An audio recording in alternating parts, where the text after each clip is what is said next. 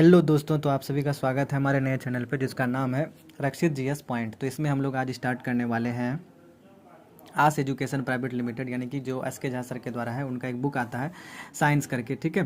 तो वो उनका सबसे लेटेस्ट एडिशन है ये हमारा। उसी से हम आज आपको पढ़ाने वाले हैं साइंस में केमिस्ट्री, ठीक है। किस केमिस्ट्री में सबसे पहला चैप्टर होगा आज, और पहला चैप्टर का नाम है small small but big things, जिसका मतलब होता है छोटी छोटी मगर मोटी बातें। तो इसमें हम लोग देखेंगे कि आपको इसमें देखने को ये सबसे पहले मिलेगा कि हम हर एक दिन एक एक वीडियो डालेंगे जिसमें चैप्टर वाइज डिस्कशन होती रहेगा। अगर एक चैप्टर का डिस्कशन 10 से 15 मिनट का होता है, ज़्यादा बड़ा नहीं होगा, ताकि आपको दिक्कत ना हो देखने में। डेली हमसे जुड़े रहिएगा। इसमें हम लोग करेंगे क्या कि जैसे पहला चैप्टर है, अगर पहला चैप्टर का देखते जाएंगे कि पहला चैप्टर में जितना देर हो सकेगा 10 से 15 मिनट के अंदर वो करेंगे, उसको पार्ट बाय पार्ट बांट दिया जाएगा, ठीक है। जैसे पहला चैप्टर का पार्ट 1 पार्ट 2, ज़्यादा से ज़्यादा पार्ट 3 तक में इसको हम एक चैप्टर को ख़त्म कर देंगे। इसीलिए हो रहा है ताकि देखिए, अगर हम रीडिंग कर देते हैं बुक को तो ये तो आप भी कर सकते हैं, लेकिन अगर हम आपको टॉपिक में जो दिया हुआ है उसको गहराई तक समझा दें तो आपको रटना ही नहीं पड़ेगा। साइंस रटने की चीज़ नहीं होती है। सबसे पहले मैं आपको बता दूँ, साइंस समझने की चीज़ है। विज्ञान समझा जाता है, ना कि रटा जाता है। रटना है तो जाके जीएस पढ़िए। जीएस में आप और भी चीज़ें पढ़ सकते हैं, जैसे फैक्ट को रटिए। फैक्ट को समझा नहीं जाता। एक बार सुन लिए कि 1947 में हमारा देश आज़ाद हो गया तो हो गया, वो क्या है उसमें समझना क्या है, कहानी होता है उसके पीछे, लेकिन फैक्ट तो आपको रटना ही होगा। लेकिन कुछ कुछ बातें ऐसी होती है जिसको समझना ही ज़रूरी होता है। तो उसमें सबसे बड़ा चीज़ होता है साइंस का। तो साइंस को हम लोग समझेंगे, गहराई में जाएंगे। तो हमारे चैनल से जुड़े रहिएगा। अगर वीडियो पसंद आए तो लाइक भी कर दीजिएगा। तो चलिए हम लोग स्टार्ट करते हैं पहला चैप्टर, जिसका नाम है छोटी छोटी मगर मोटी बातें। इसमें हम लोग पढ़ेंगे, टॉपिक है रसायन शास्त्र। उसमें हम देखते हैं कि रसायन विज्ञान है क्या। रसायन विज्ञान की वह शाखा है जिसके अंतर्गत पदार्थों का रासायनिक संरचना, गुणधर्म तथा परस्पर रासायनिक अभिक्रिया और उनके परिणामों का अध्ययन किया जाता है। मतलब रसायन विज्ञान है तो वो उसकी जो पदार्थ है उसकी रासायनिक संरचना और उसका गुणधर्म तथा परस्पर रासायनिक अभिक्रिया जो होती है उसके अंतर्गत, जैसे Na+Cl मिला तो NaCl बना, उसके अंदर क्या हुआ, रासायनिक अभिक्रिया हुई। क्या हुई उसके अंदर, रासायनिक अभिक्रिया होती है। क्या होती है, रासायनिक अभिक्रिया। ध्यान रखिएगा, क्या होता है, रासायनिक अभिक्रिया होती है। तो रासायनिक अभिक्रिया हुआ तो रासायनिक संरचना भी तो बनेगा उसके अंतर्गत, बनेगा कि नहीं बनेगा, बनेगा। उसके बाद हम देखते हैं कि गुणधर्म भी होता है। जैसे गुणधर्म क्या है कि कितना इलेक्ट्रॉन जाएगा, कितना बॉन्ड बनेगा, कितने परमाणु परस्पर अभिक्रिया में भाग लेंगे, तो ये सब भी होता है। तो इन सारी क्रियाओं को जिसके अंतर्गत रखा गया उसे हम लोग क्या कहते हैं, रसायन विज्ञान कहते हैं। ये चीज़ समझ में आ गया, क्लियर है। अगर क्लियर नहीं हो, कुछ डाउट हो तो कमेंट में आप लिख भी सकते हैं। अगला चीज़ देखेंगे कि 18वीं शताब्दी के फ्रांसीसी रसायन शास्त्री थे। फ्रांसीसी रसायन शास्त्री जिसका नाम था एंटोनी लेवोजियर। इसको इंपॉर्टेंट मानना है क्योंकि इससे ऑब्जेक्टिव में क्वेश्चन आता है कि आधुनिक रसायन विज्ञान का जनक किससे कहा जाता है। तो हम लोग क्या करेंगे, एंटोनी लेवोजियर को टिक कर देंगे। किसको टिक कर देंगे, एंटोनी लेवोजियर को। अगला क्वेश्चन पे ध्यान देते हैं। अगला जो हमारा टॉपिक है, टॉपिक ने अगला पॉइंट जो हमारा है, रसायन शास्त्र की उत्पत्ति मिस्र में पाई जाने वाली मिट्टी कैमी से हुई है। किससे हुई, कैमी। तो यहाँ पे एक आप लोग को आता होगा डाउट कि कैमी का शाब्दिक अर्थ होता क्या होगा। तो यहाँ पे हमें दे रखा है बुक में कि कैमी का शाब्दिक अर्थ होता है काला, ठीक है। ये काला शब्द जो है कहाँ से लिया गया, कैमी से लिया गया। कैमी शब्द की उत्पत्ति कहाँ हुई है, तो मिस्र में हुई है। इस तरह से हमें क्वेश्चन को डील करना, एक क्वेश्चन से 2-3 क्वेश्चन डील कीजिएगा तो आपका डाउट जो है तीनों तरह से आपका सॉल्व हो जाएगा। आगे देखते हैं टॉपिक में कि अध्ययन की सुविधा के आधार पर केमिस्ट्री को कितने भागों में बांटा गया है। केमिस्ट्री को 3 भागों में बांटा गया है। तो 3 भाग वो कौन कौन है वो देखते हैं हम लोग। आइए देखते हैं। 3 भाग है रसायन विज्ञान का। सबसे पहला है हमारा भौतिक रसायन। कौन है हमारा, सबसे भौतिक रसायन है। दूसरा है हमारा कार्बनिक रसायन और तीसरा है हमारा अकार्बनिक रसायन। भौतिक रसायन में इसके अंतर्गत अणुओं के भौतिक गुणों का अध्ययन किया जाता है। भौतिक नाम से ही पता चल रहा है कि अणुओं के भौतिक गुण का ही अध्ययन करना है। उसके बाद हम आता है कार्बनिक रसायन। कार्बनिक यानी कि ऑर्गेनिक केमिस्ट्री, जो हमने 11th और 12th में पढ़ा होता है, उसी को यहाँ पे छोटा छोटा करके, मतलब उसी को टॉपिक वाइज यहाँ पे सर बता रहे हैं। इसका विस्तार से और भी आगे होगा। इसके अंतर्गत कार्बन और हाइड्रोजन से युक्त रासायनिक यौगिकों का अध्ययन किया जाता है। ध्यान देंगे, हाइड्रोजन तो आपको आगे भी मिलेगा, लेकिन कार्बनिक रसायन में हमें मुख्य रूप से कार्बन देखने को मिलते हैं। क्या मिलते हैं, मुख्य रूप से कार्बन हमें देखने को मिलते हैं। इसका अध्ययन किया जाता है। जैसे उदाहरण के रूप में C2H5OH, CH3COOH। जैसे C2H5OH हमारा हो गया इथाइल मिथ ईथ। हाँ, C2 है तो इसका मतलब होता है इथ। ध्यान दीजिएगा, अगर C1 है तो इसका मतलब होता है मिथ, नाम होता है इसका। जैसे C3 है तो उसको हम लोग कहते हैं मिथ इथ प्रोप। ऐसे करके यहाँ पे इसका होगा इथाइल एल्कोहल। ऐसे करके CH3COOH भी दिया हुआ है। आगे देखेंगे हम लोग कि अकार्बनिक रसायन क्या होता है। अकार्बनिक रसायन का मतलब होता है इसके अंतर्गत सभी अकार्बनिक का अध्ययन किया जाता है। मतलब अकार्बनिक से ही तत्व हमें पता चल रहा है एक चीज़ कि कार्बन जिसमें नहीं होगा, अकार्बनिक जिसमें कार्बन नहीं हो, इसके अंतर्गत सभी अकार्बनिक का अध्ययन किया जाता है। जैसे H2O जैसे हो गया, NO2 हो गया, SO2 हो गया। देखते होंगे आपकी H है यानी कि हाइड्रोजन है, बट C नहीं है, C यानी कि कार्बन नहीं है। ठीक है, 3 तरह का है, जैसे भौतिक रसायन, कार्बनिक रसायन और अकार्बनिक रसायन। आगे देखेंगे हम लोग पदार्थ क्या होता है। सबसे बड़ा दिक्कत है बच्चा को, पदार्थ ही नहीं समझ रहा है कि आखिर एक्चुअल में पदार्थ होता क्या है। तो इसको हम लोग पहले परिभाषा से समझेंगे, फिर आपको हम प्रैक्टिकल से बतलाते हैं। वह वस्तु जो स्थान घेरे तथा जिसमें भार हो उसे पदार्थ कहते हैं। 2 चीज़ मेन है, कोई वस्तु है वो स्थान घेरे, अगर स्थान घेर रहा है तो उसका मास भी होना चाहिए। 2 चीज़, पहला स्थान घेरे यानी कि स्थान प्लस मास।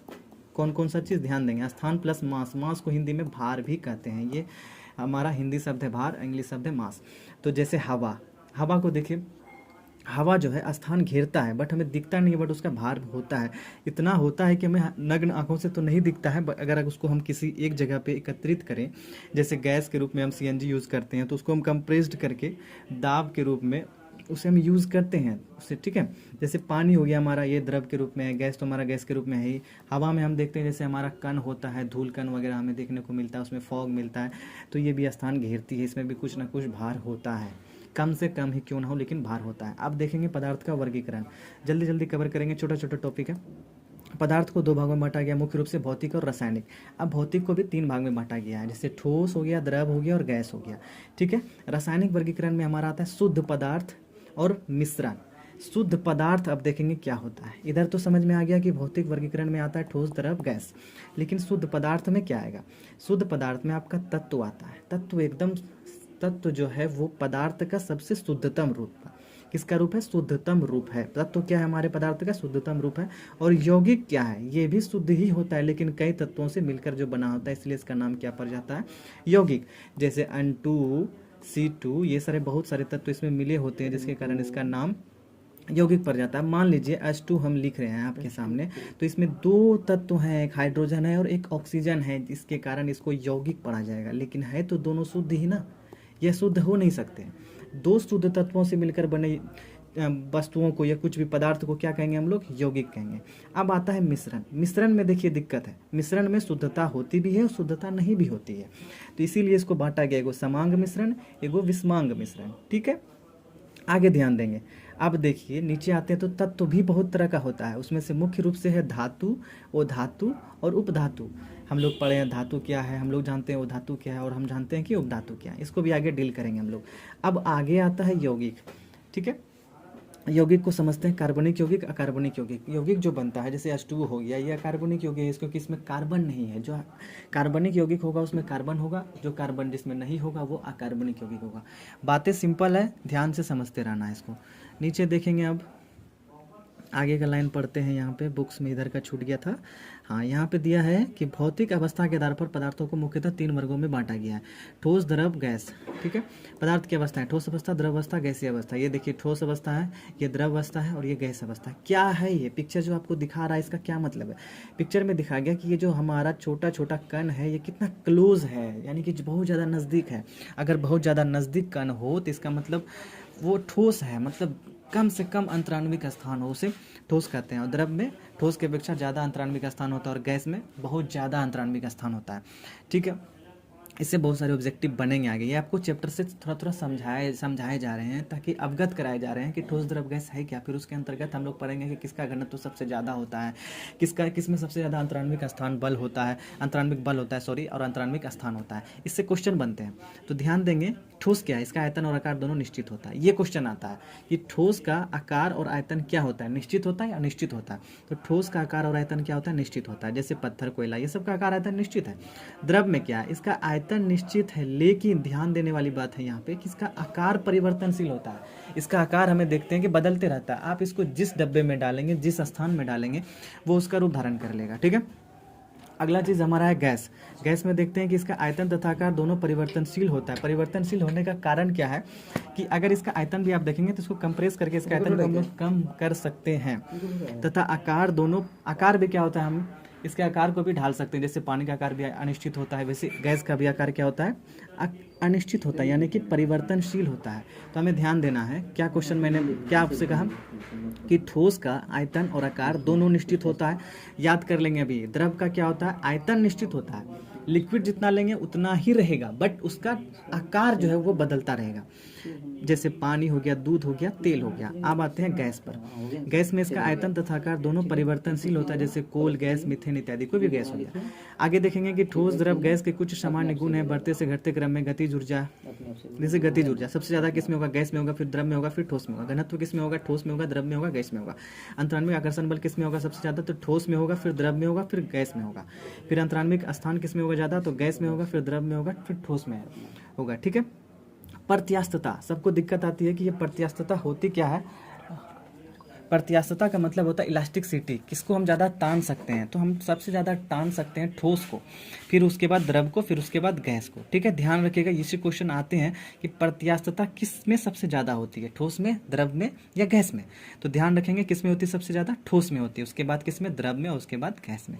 सहसंजक बल मतलब दो जो कण है, कण के अंदर जो इलेक्ट्रॉन है उसके अंदर जो बॉन्ड बनता होगा, बल जो लगता होगा, वो सबसे जो मजबूत बॉन्ड होता है वो ठोस का होता है, उसके बाद होता है द्रव का, उसके बाद होता है गैस का। ठीक है, गैस का इसलिए क्योंकि ना उसका आकार निश्चित है ना आयतन निश्चित है, इसलिए उसका सबसे लास्ट में आता है। द्रव का क्या है, आकार अनिश्चित है लेकिन उसका आयतन निश्चित है, इसीलिए बीच में आया। और ठोस जो है इसका आकार और आयतन दोनों निश्चित है, इसी कारण से बल इसमें सबसे ज्यादा रहता है। विसरण, विसरण क्या होता है कि प्रवाह करने की गति, मतलब उच्च सांद्रता से निम्न सांद्रता की तरफ जो गति करता हो। ठीक है उसी को हम विसरण कहते हैं।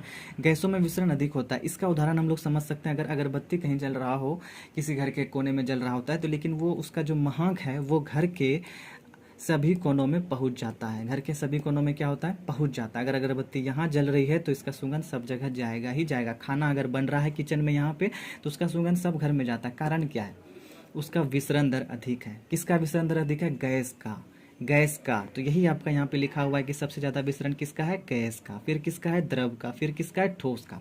देखिए वीडियो लंबा हो सकता है, इसके लिए माफी चाहेंगे, लेकिन हाँ चीज़ों को समझने में आपको समय लगेगा, समय देना होगा। अगर एक बार समझ लेते हैं तो फिर आपको दिक्कत नहीं होगा। ठीक है, कॉन्सेप्ट आपका क्लियर होगा। अगर फिर भी कॉन्सेप्ट क्लियर नहीं हो इतना बताने पर भी, तो आप कमेंट में एक बार लिख दीजिएगा कि भैया अगले बार से फिर और अच्छे से बनाइएगा। मेरा कोशिश रहेगा कि हम अच्छे से वीडियो बनाइए। मेरा पहला वीडियो है तो मैं कोशिश करता रहूँगा आपसे। ठीक है, आपसे भी कुछ कुछ सीखने को मिलेगा, इसलिए आप लोग कमेंट जरूर कीजिएगा। वीडियो पसंद आए तो लाइक जरूर कीजिएगा। आगे देखते हैं संपीड़ितता। संपीड़ितता का मतलब क्या होता है कि संपीड़ितता किसमें ज़्यादा होता है, किसको सबसे ज़्यादा ठोकना पड़ता है। संपीड़ितता समझते हैं, संपीड़न, संपीड़न बल मतलब किसको दबाएंगे तो ज़्यादा फोर्स लगेगा, ज़्यादा हमको दबाने में मेहनत लगेगा। गैस है सबसे ज़्यादा, देखिए सॉरी संपीड़ितता मतलब सबसे ज़्यादा किसको दबाया जाएगा, तो गैस को दबाया जाएगा। जैसे आप सीएनजी यूज़ करते हैं तो सीएनजी क्या है, गैस ही तो है, उसको लिक्विड फॉर्म में बनाया जाता है। तो क्या कैसे बनाया जाएगा उसको लिक्विड फॉर्म में, उसको संपीड़य करके, मतलब उस पर प्रेशर डाला जाएगा, दाब डाला जाएगा। जो बड़े बड़े जो कंपनी होती है जैसे एचपी हो गया, वो सब क्या करती है, ऐसा ऐसा मशीन उसके पास होता है, जिसके कारण वो गैसों को बहुत बड़े टैंक में इकट्ठा करती है। बहुत बड़े टैंक में गैसों को इकट्ठा करके उसको कंप्रेस करके लिक्विड फॉर्म में भर के, फिर जो आपके घर में सिलेंडर आता है, जो आप यूज़ करते हो, जिसको जलाते हो, वो जो होता है आपका सीएनजी गैस होता है, वो किस फॉर्म में होता है, लिक्विड फॉर्म में होता है। लेकिन जैसे आप यहाँ से स्विच ऑन करते हो वो लिक्विड ऊपर उठने लगता है और गैस के रूप में बाहर आने लगता है, जिसको आप जला करके, खाना पका करके लॉज में रहते हो। बात समझ में आई। तो संपीड़ितता सबसे ज़्यादा किसका होगा, गैस का। उसके बाद किसका होगा, द्रव का। उसके बाद किसका होगा, ठोस का। आगे देखेंगे कि पदार्थ, आगे देखिए क्या दृढ़ता क्या है। दृढ़ता समझते हैं पहले कि पदार्थ का वह गुण जिसमें पदार्थ टूटने से पहले अपने ऊपर होने वाले प्रहार का विरोध करता है। समझिएगा, मान लेते हैं कि हमको कोई धक्का दे रहा है, वो धक्का हमको तब तक नहीं दे सकता है जब तक हम उससे स्ट्रांग हैं। दो आदमी यहाँ पे है, ये इसको धक्का दे रहा है, ये स्ट्रांग जब तक है, जितना देर इसका वजन ये सह सकता है तब तक ये हिलेगा नहीं। अगर उससे ज़्यादा ये वजन, अगर ये उससे ज़्यादा वजन इसको दे दे तो ये हिल के पीछे आ सकता है या गिर भी सकता है। तो यही इसका दृढ़ता है। ठीक है, यही उसकी शक्ति है, जिसको कहते हैं अंदरूनी शक्ति, जिसको कहते हैं पदार्थ का वह गुण जिसमें पदार्थ टूटने से पहले क्या करता है, अपने ऊपर होने वाले प्रहार का विरोध करता है, वही उसका दृढ़ता कहलाता है। बस ये समझना है, एनसीईआरटी का ये चीज़ है, इंपॉर्टेंट है, पूछ देता है। तो ठोस, द्रव, गैस के अलावा पदार्थ की और दो अवस्था होती है। हाँ ध्यान देंगे, तीन अवस्था तो हम लोग मुख्य रूप से पढ़ते हैं, लेकिन दो अवस्था और है जिसको जानना जरूरी होता है, पूछ देता है। वो है प्लाज्मा अवस्था और पांचवा अवस्था है बोस आइंस्टाइन कंडेंसेट। कौन कौन है, प्लाज्मा अवस्था, बोस आइंस्टाइन कंडेंसेट। तो प्लाज्मा अवस्था क्या है, ये इसको देखेंगे जल्दी जल्दी। प्लाज्मा अवस्था, प्लाज्मा अवस्था में जो देखिए कैसे कैसे होते हैं, यहाँ पे देखिए इलेक्ट्रॉन है, कुछ कुछ प्रोटॉन है, ऐसे करके ये चित्र बनाया गया है इस बुक में। प्लाज्मा का कोई निश्चित आकार या निश्चित आयतन नहीं होता है, ध्यान दीजिएगा। जैसे गैस का कोई निश्चित आकार और आयतन नहीं होता है, वैसे ही प्लाज्मा का भी कोई निश्चित आकार या निश्चित आयतन नहीं होता है। क्वेश्चन आया हुआ है इससे, इसलिए मैंने इसको हाईलाइट कर दिया है। जहाँ पे हाईलाइट है उसको समझिएगा कि क्वेश्चन आया है, नहीं तो क्वेश्चन उससे आ सकता है, इसीलिए मैं इसे हाईलाइट कर दे रहा हूँ। ठीक है। प्लाज्मा की पहचान सबसे पहले किसने की थी? Sir William crooks. क्वेश्चन पूछता है कि सर विलियम किसके द्वारा सबसे पहली बार प्लाज्मा की पहचान की गई थी, पता किया कि यही प्लाज्मा है, इसके अलावा कुछ नहीं है, प्लाज्मा ही है।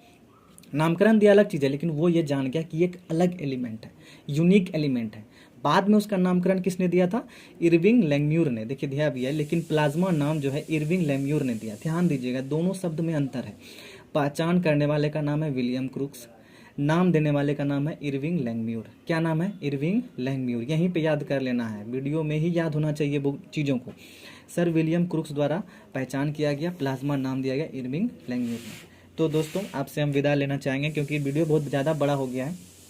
ठीक है, ज़्यादा वीडियो नहीं बनना चाहिए बड़ा शुरुआत में, तो इसको हम पार्ट बाय पार्ट बांट देंगे। एक ही चैप्टर को 2 से 3 पार्ट में हम कवर करके ख़त्म कर देंगे। तो ये वीडियो देखने के लिए आपको बहुत बहुत धन्यवाद।